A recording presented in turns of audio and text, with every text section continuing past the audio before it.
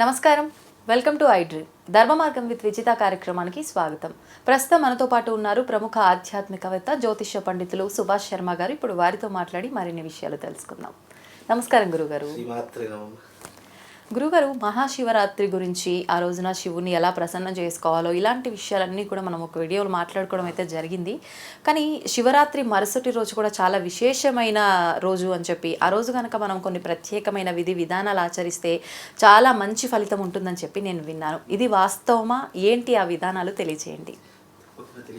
ముందుగా ప్రేక్షకులందరికీ శ్రీమాత్రే నమః, శ్రీ గురుభ్యో నమః.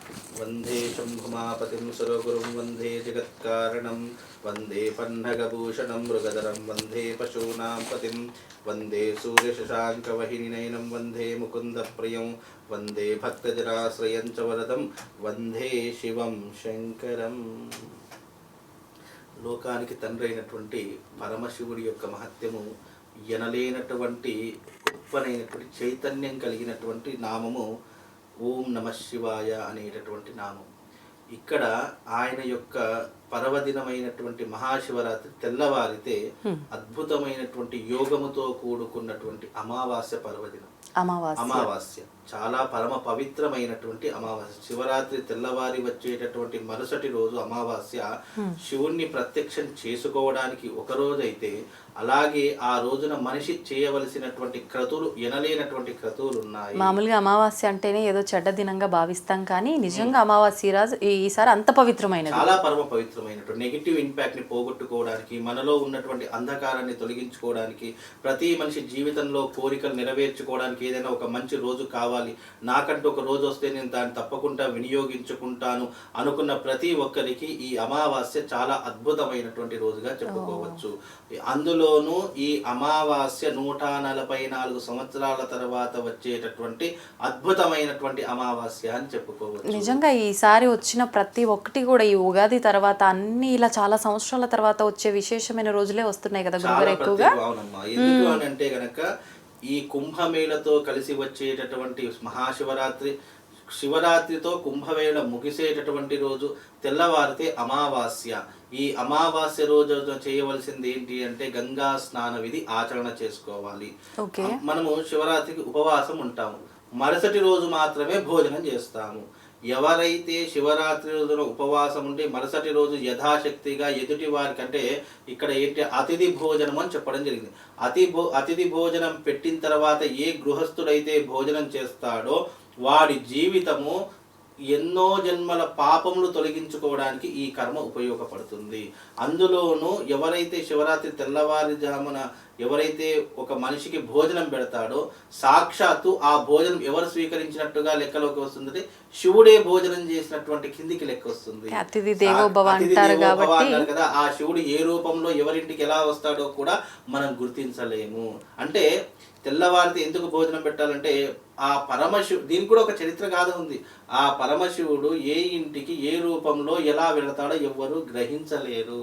తెల్లవారితే వాళ్ళ ఇంటికి శివుడే వచ్చాడు అనుకునేటటువంటి భావనతో ఎవరైతే అతిథి భోజనం పెడతాడో వాడి జీవితం ధన్యం. ఇక సాక్షాత్తు వాడి యొక్క జీవితం కైలాసానికి అంకితము. అంత పరమ పవిత్రమైనటువంటి రోజు శివరాత్రి మరుసటి రోజు. అందులోనూ అతిథి భోజనం పెట్టడం ఒక సాంప్రదాయం. అలాగే గంగా స్నానం, ఎందుకంటే కుంభమేళ ముగిసేటటువంటి రోజు మరుసటి రోజు అమావాస్య స్నానం అని చెప్పి చేస్తూ ఉంటారు.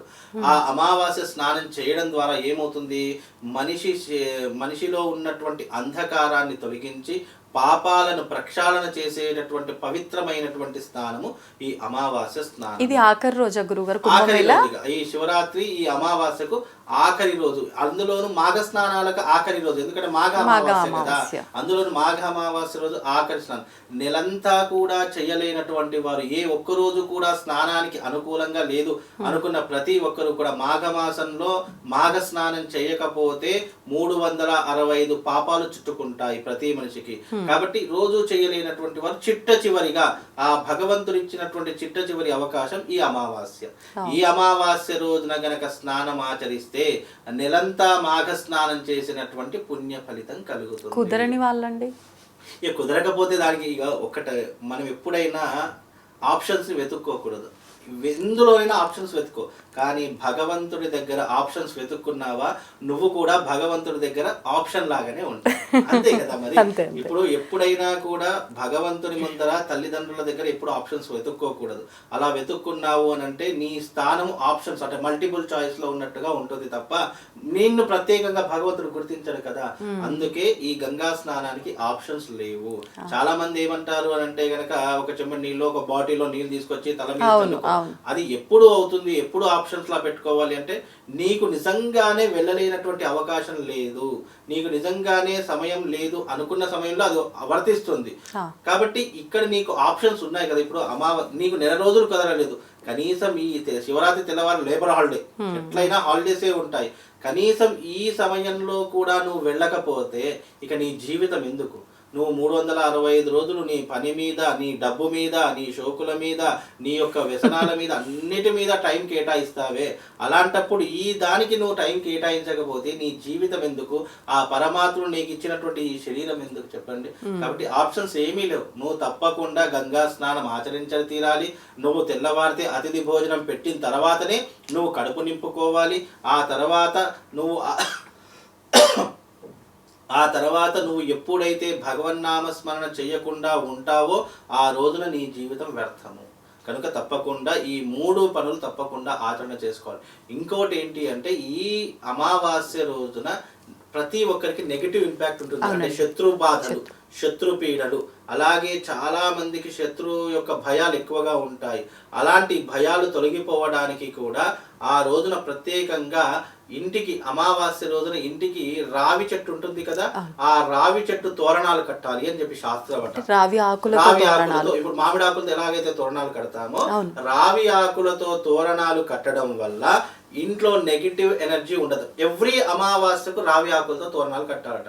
అంటే ఒకరోజు ముందుగానే తీసుకొని వచ్చి ఇంట్లో పెట్టుకొని మరుసటి రోజు అమావాస్య స్నానం ఆచరించిన తర్వాత ఇంటికి రావి చెట్టు యొక్క తోరణం కడితే అమావాస్య యొక్క దోషం పడదు. ఉదయం సమయంలోనే కట్టాలి. సాయంత్రం కట్టడానికి అవకాశం ఉండదు, ఉదయం సమయంలోనే కట్టాలి. అందులోనూ ఎవరి మీదైనా నరదృష్టి ఉన్నా, చెడు ప్రభావం ఉన్నా, ఇంట్లో ఏదైనా నెగిటివ్ ఎనర్జీ ఉన్నా అది వెళ్ళిపోవడానికి ఆ తోరణము ఒక సాక్షిభూతంలా పనిచేస్తుంది. ఈ మరుసటి రోజు శివరాత్రి తెల్లవారితే ఈ రకమైనటువంటి విధానాలు చేసుకోండి. తప్పకుండా వాళ్ళ జీవితంలో బంగారు పూల పాన్పవుతుంది. ఆ పరమశివుడి యొక్క సంపూర్ణమైనటువంటి అనుగ్రహం కలుగుతుంది. నిజంగానే వాళ్ళ ఇంటికి శివుడు వచ్చి తిన్నాడేమో అన్నా కూడా పెద్ద ఆశ్చర్యపోవాలి. ఒకవేళ ఆ రోజున మనం ఎవరినైనా ఇన్వైట్ చేసినా కూడా ఇంటికి రాలేదే అనుకోండి అతిథిగా, మనం ఎవరికైనా బయట దానం చేసిన తర్వాత అలా ఫుడ్ డిస్ట్రిబ్యూట్ చేయడం ఇలా చేస్తా, అలా చేసి వచ్చి తినొచ్చు అంటారా? ఇక్కడ 2 రకాల పద్ధతులు. ఒకటి మిగిలిపోయినటువంటి పదార్థాలను డిస్ట్రిబ్యూట్ చేయడం ఒక పద్ధతి. అంటే ఈ మధ్య కాలంలో అన్నం వేస్ట్ అవుతుందేమో అని చెప్పి చాలా మంది పంచి పెడుతున్నారు. దాన్ని ఏమంటాము అంటే కూడా దానము అని అంటాము. ఇక్కడ పద్ధతి ఏమని చెప్పారు? అతిథి భోజనం చేసిన తర్వాత, అతిథి అంటే ఎవరు? నువ్వు ఇంటికి పిలుచుకొని ఉచిత ఆసనం వేసి సాక్షాత్తు పరమశివుడే నీ ముందర కూర్చున్నాడు. శివుడు కూర్చున్నప్పుడు మనం ఏ రకమైన సేవలు చేస్తాం చెప్పండి? అప్పుడు మనసు ఉండదు, అదేంటి శివుడే కూర్చున్నాడు కదా అని చెప్పి మనం ఊరుకున్నాం. అలా శివుడే కూర్చున్నాడు అని చెప్పి మనం ఇచ్చేటటువంటి ఆతిథ్యమే అతిథి భోజనం తప్ప మనం ఇంట్లో వండుకొని బయట ఎవరికో ఇస్తే దాన్ని అతిథి భోజనం అనరు. మన ఇంటికి స్వయంగా పిలిచి ఎవరినైనా సరే, బ్రాహ్మణుడిని పిలుస్తావా, లేదా నీకు బ్రాహ్మణుడి నమ్మకం లేదా ఒక పేదవాడిని పిలుస్తావా, ఎవరినైనా సరే ఆకలి అన్నటువంటి వారికి అన్నార్తిగా నిలబడి నువ్వు భోజనం పెట్టు, నీ జన్మ తరిస్తుంది, నీ పితృదేవతలు తరిస్తారు, నువ్వు 1,000,000 యజ్ఞాలు చేసినటువంటి పుణ్య ఫలితం కలుగుతుంది. అన్నదానముకు మించినటువంటి గొప్పనైనటువంటి దానం సృష్టిలో ఏదీ లేదు. ఎందుకు అంటే నీకు ఏ దానం చేసినా కూడా, ఎన్ని దానాలు చేసినా కూడా తిరిగి కావాలి అనిపిస్తుంది. కానీ ఒకసారి అన్నదానం చేసి నువ్వు కడుపు నిండా భోజనం చేసావు అనుకో, నీ ముంగట పంచభక్ష పరమాన్నాలు పెట్టినా నువ్వు తినలేవు. నీకు 1000 కిలోల బంగారం ఇస్తానా ఆ ముద్ద నోట్లోకి వెళ్ళదు. అందుకే అన్నదానం గొప్పనైనటువంటి ఆ దానం చేస్తే నీ జీవితంలో తిండికి లోటు ఉండదు. నీ పితృదేవతలు సంతోషిస్తారు, సాక్షాత్తు శివుడు సంతోషిస్తాడు. శివ స్వరూపంగా భావన చేసుకొని నువ్వు భోజనం పెట్టు, గంగా స్నానం ఆచరణ చేసుకో.